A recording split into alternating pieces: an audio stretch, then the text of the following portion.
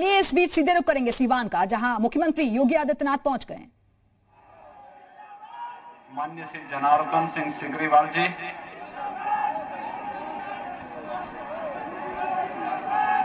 अभिमन्यु कुमार सिंह जी, जिलाध्यक्ष भारतीय जनता पार्टी श्री संजय पांडे जी, जदयू के जिला के अध्यक्ष इंद्रदेव सिंह पटेल जी,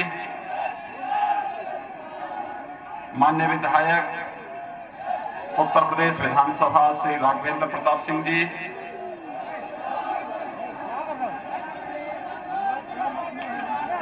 गिरी जी भौदर, भारतीय जनता पार्टी उत्तर प्रदेश कार्यकारिणी के सदस्य श्री रमेश सिंह जी, माननीय विधायक एकमा श्री ठुमल सिंह जी, पूर्व मंत्री विक्रम कुंवर सिंह जी, दरोदा विधानसभा क्षेत्र से भारतीय जनता पार्टी के सुयोग्य प्रत्याशी श्री करणजीत सिंह जी, सत्यदेव सिंह जी, प्रमोद सिंह जी, संदीप श्रीवास्तव जी, देवेंद्र तिवारी जी और भारी संख्या में उपस्थित दरोदा और एकमा विधानसभा क्षेत्र से जुड़े हुए सभी उपस्थित भाइयों बहनों, देवादिदेव महादेव भगवान महेंद्रनाथ की इस पावन धरती को मैं कोटि कोटि नमन करते हुए आप सबका अभिनंदन करता हूं। भाइयों बहनों, बिहार विधानसभा का चुनाव दूसरे चरण में पहुंच चुका है। कल पहले चरण में 54% लोगों ने मतदान में भाग लिया। वैश्विक महामारी कोरोना के बावजूद बिहार की जनता जनार्दन का चुनाव के प्रति जो भाव है, लोकतंत्र के प्रति जो भाव है, वो अभिनंदनीय है। और इस दृष्टि से मैं आज के इस अवसर पर बिहार की जनता का अभिनंदन कर रहा हूं कि इन्होंने कोरोना जैसी महामारी का पस्त करते हुए अपने उत्साह और उमंग का जो परिचय दिया है, वो सचमुच अभिनंदनीय है। मेरी आप सबसे अपील है, कभी कोरोना की बीमारी समाप्त नहीं हुई है। हमने कोरोना की बीमारी पर कुछ हद तक नियंत्रण किया है। और भाइयों बहनों, जब तक बीमारी पूरी तरह समाप्त नहीं हो जाती है या जब तक वैक्सीन आपके जेब में नहीं आ जाता है, तब तक हमें प्रधानमंत्री मोदी जी की दो बातों को ध्यान में रखना होगा कि बीमारी के प्रति कभी भी असावधानी नहीं होनी चाहिए। बीमारी को कम करके नहीं आंकना चाहिए और बचाव ही वर्तमान में सर्वोत्तम उपाय है। और बचाव के लिए 2 गज की दूरी और मास्क जरूरी होना चाहिए।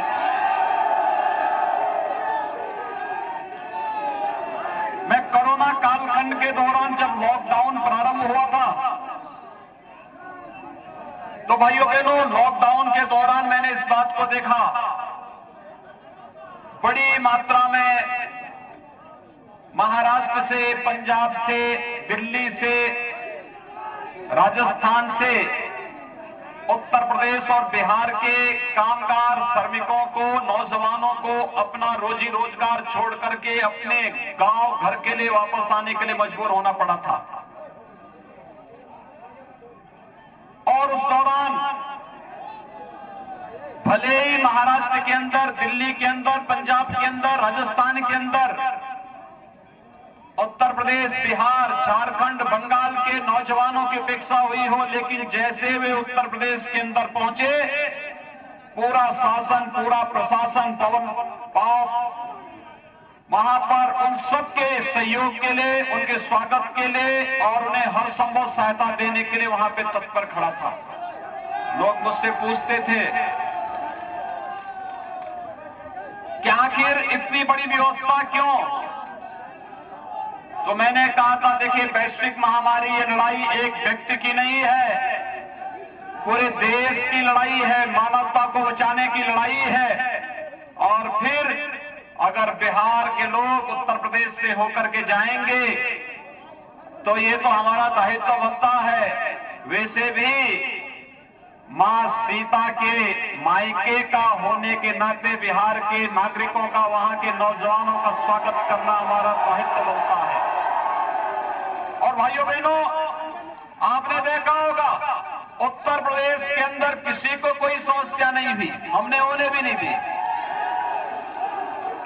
सबके रहने की, सबके खाने की, सबके घर तक पहुंचाने की कुशलता पूर्वक व्यवस्था करने का कार्य किया।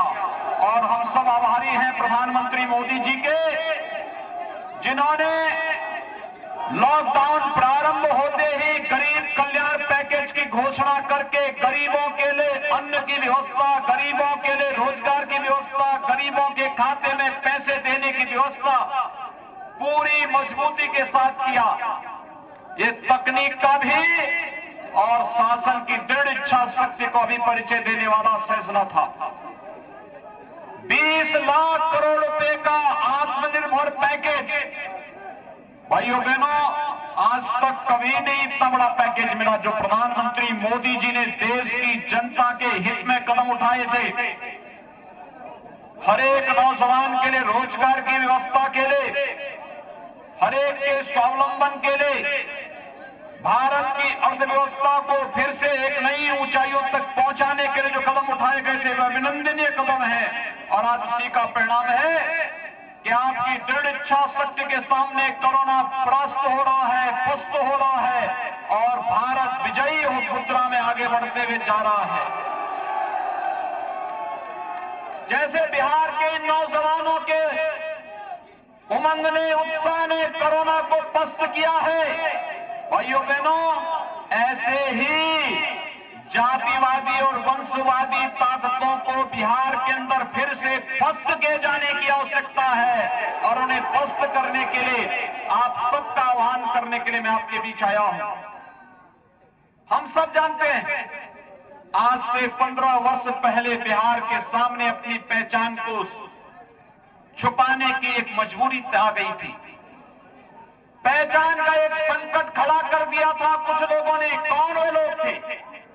ये लोग वही थे जो आज फिर से रोजगार का झुंझुना पकड़ा करके जनता की आंखों में धूल झोंकना चाहते हैं। याद करिए, 15 वर्ष पहले इनके जंगल राज को जब इन्होंने जाति के नाम पर परिवारवाद की राजनीति को बढ़ावा दिया और परिवारवाद के नाम पर भ्रष्टाचार को बढ़ावा देकर के बिहार में जंगल राज की स्थिति पैदा कर दी थी और बिहार के नौजवानों के सामने अपनी स्वयं की पहचान को छुपाने की एक मजबूरी सामने आ चुकी थी।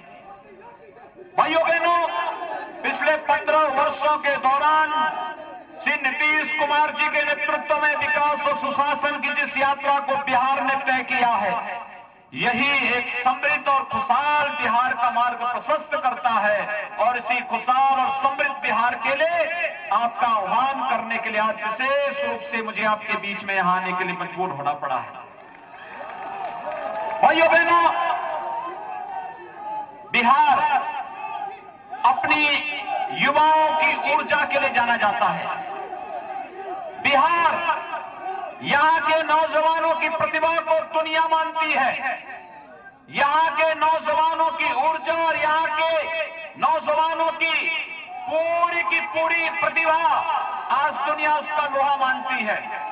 लेकिन भाइयों बहनों, ये जातिवादी और परिवारवादी ताकतों ने बिहार की इस पहचान को, बिहार के युवाओं की इस ऊर्जा को, इस प्रतिभा को पूरी तरह कुंद करने का कार्य किया। लेकिन आज एक बार जब विधानसभा के चुनाव हो रहे हैं तो मैं आप सबका आह्वान करना चाहता हूं।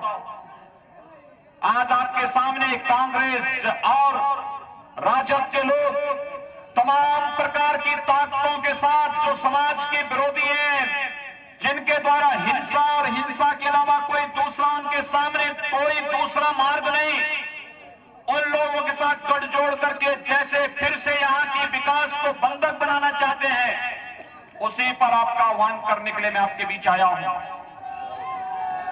आपने 6 वर्ष पहले प्रधानमंत्री के रूप में मोदी जी का चयन किया और जब मोदी जी देश के अंदर प्रधानमंत्री बने, उन्होंने देश की राजनीति की धुरी को बदलने का कार्य किया। आपने देखा होगा प्रधानमंत्री के रूप में देश की राजनीति की धुरी को बदलने का जो कार्य प्रधानमंत्री मोदी जी ने किया है, उस कारण ये पोस्टर उठा दो भैया,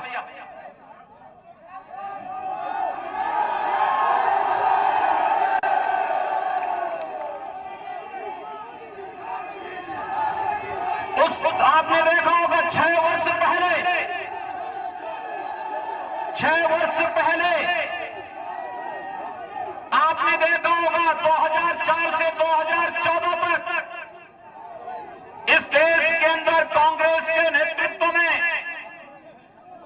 यूपीए सरकार कार्य कर रही थी, तब राजद भी उनके साथ में था, ये कम्युनिस्ट भी उस समय इनके साथ में थे और तब इन्होंने नित्य नए घोटाले इनके सामने आते थे। कभी स्पेक्ट्रम घोटाला, कभी कोयला घोटाला, कभी कॉमनवेल्थ घोटाला, कहीं पर कोई अन्य घोटाला, और ये घोटालों पे घोटाले नए करते करते इन्होंने देश के सामने विश्वसनीयता का एक संकट खड़ा किया। ये वही लोग हैं, चाहे वह कांग्रेस हो चाहे वह राजद हो, इनमें केवल इनके लिए परिवार ही देश है, परिवार के बाहर नहीं सोच सकते और एक परिवार को लूट खसोट करने की खुली छूट मिले, इसके लिए इन्होंने पार्टियां गठित की हुई है। भाइयों बहनों, ये वही लोग हैं जो नारा लगाते थे और जिस देश को कहते थे इस देश के संसाधनों पर पहला अधिकार किसी मजहब विशेष के बारे में कहते थे कि इस देश के संसाधनों पर इनका अधिकार है। कहां ले गए थे देश को? और आज तो जब 2014 में प्रधानमंत्री के रूप में मोदी जी आए तो मोदी जी ने पहली बात कही थी, देश के संसाधनों पर इस देश के गरीबों का अधिकार है, इस देश के गांव का अधिकार है, नौजवानों का अधिकार है, किसानों का अधिकार है, महिलाओं का अधिकार है और इन सब के उत्थान के लिए हम कार्य करेंगे। एक एक के लिए कार्य योजना उन्होंने बनानी प्रारंभ की। गरीबों के लिए प्रधानमंत्री आवास योजना, आप याद करिए, प्रधानमंत्री आवास योजना के अंतर्गत पिछले 6 वर्षों के दौरान 3 करोड़ गरीबों का एक आवास बना है। 4 करोड़ गरीबों को विद्युत के निःशुल्क कनेक्शन मिले हैं। 8 करोड़ गरीबों को रसोई गैस के कनेक्शन मिले हैं। भाइयों बहनों, देश के अंदर 10 करोड़ गरीबों को एक शौचालय मिला है। 12 करोड़ किसानों को प्रधानमंत्री किसान सम्मान निधि का लाभ मिला है। 15 करोड़ नौजवानों को प्रधानमंत्री मुद्रा योजना में आर्थिक स्वावलंबन का लाभ मिला है और 35 करोड़ गरीबों का जनधन अकाउंट खोला गया और 50 करोड़ गरीबों को 5 लाख रुपए सालाना आयुष्मान भारत में स्वास्थ्य बीमा का कवर देने का कार्य प्रधानमंत्री मोदी जी ने किया। कोई गरीब न उनकी जाति है, न मत है, न मजहब है, न क्षेत्र है, न भाषा है। प्रधानमंत्री मोदी जी ने तो एक ही कहा, हम सहयोग करेंगे सबका, कल्याण करेंगे सबका, न जाति के आधार पर, न क्षेत्र के आधार पर, न भाषा के आधार पर, न मत और मजहब के आधार पर, सबका साथ, सबका विकास का भाव देश के अंदर विकास के पथ पर अग्रसर करने के लिए करेंगे। और भाइयों बहनों, प्रधानमंत्री मोदी जी के गरीब कल्याण के इसी कार्यक्रम को जनता ने 2019 में मोहर लगाई। 2019 में जब प्रधानमंत्री मोदी जी फिर से प्रधानमंत्री बने तो प्रधानमंत्री बनने के बाद देश की जनता ने उन्हें जो समर्थन दिया था, मोदी जी ने एक बात कही और उन्होंने कहा था कि पहले 5 वर्ष गरीबों के उत्थान के लिए, अगले 5 वर्ष देश के उत्थान के लिए। और प्रधानमंत्री बनने के बाद जो कदम उन्होंने उठाने प्रारंभ किए, पहला कदम था, याद करिए, 3 तलाक की कुप्रथा को सदैव के लिए समाप्त करना।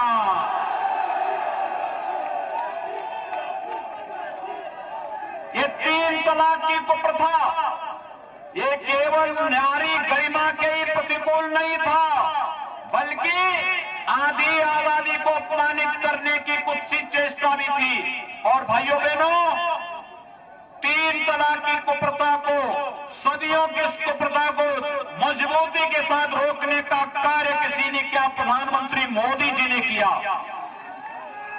दूसरा कदम उन्होंने उठाया, भाइयों बहनों, आज से पहले आपने देखा होगा, इससे पहले 1952 से लेकर के 2019 तक कांग्रेस सरकार के समय में कांग्रेस की सरकार ने व्यवस्था कर दी थी, कश्मीर के बाहर का व्यक्ति जमीन नहीं खरीद सकता था। और भाइयों बहनों, मोदी जी ने आपको छूट दे दी है, अगर बिहार का नौजवान कश्मीर के अंदर भी आवास बनाना चाहेगा, आप जाइए और भारत के एक नागरिक के रूप में कश्मीर में जमीन लेकर के अपना मकान बना सकते हैं। कश्मीर में धारा 370 को सदैव के लिए समाप्त कर दिया। भारतीय जनता पार्टी 1952 से नारा लगाती थी, एक देश में 2 विधान, 2 प्रधान और 2 निशान, नहीं चलेंगे नहीं चलेंगे के नारे लगते थे। एक भारत श्रेष्ठ भारत की परिकल्पना को किसी ने साकार किया है, प्रधानमंत्री मोदी जी ने किया है। और भाइयों बहनों, कश्मीर से धारा 370 को इसी क्रम में समाप्त करके आतंकवाद की ताबूत पर अंतिम कील ठोकने का कार्य भी किसी ने किया, प्रधानमंत्री मोदी जी ने किया। ये जो कांग्रेस और राजद के लोग आज भाकपा माले और नक्सलवादियों के साथ गठबंधन करके बिहार में फिर से जंगल राज स्थापित करना चाहते हैं, वे कान खोल करके सुन लें।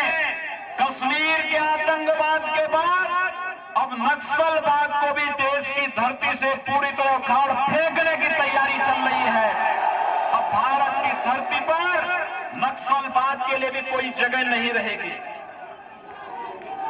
भाइयों बहनों, नक्सलवाद को समाप्त करने के बाद देश के अंदर लगातार एक मांग उठती थी, और वह मांग उठती थी, मुझे लगता है मैं जब पिछली बार लोकसभा चुनाव में आया था बिहार में, और लोकसभा चुनाव के दौरान जब मैं कहीं भी जाता था, महाराजगंज में भी आया था, और तब मुझे बताया गया कि नौजवान बोलते थे, यहाँ के पत्रकार मित्र बोलते थे, इनके द्वारा एक ही बात कही जाती थी कि योगी जी आप पिछली बार आए थे, आपने कहा था कि रामलला हम आएंगे, मंदिर वहीं बनाएंगे, क्या तारीख भी बताएंगे?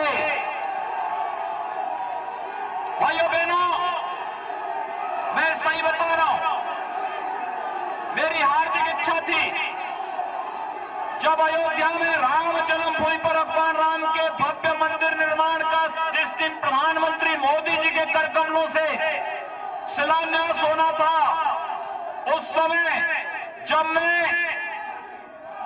इस कार्यक्रम के दृश्य योजना बना रहा था, लेकिन हमारी इच्छा थी कि इस कार्यक्रम में, मेरी हार्दिक इच्छा थी इस कार्यक्रम में बिहार के हर गांव से यहां के नागरिकों को विशेष रूप से आमंत्रण देने का, क्योंकि मैं मानता हूं माता सीता के बगैर राम अधूरे माने जाते हैं।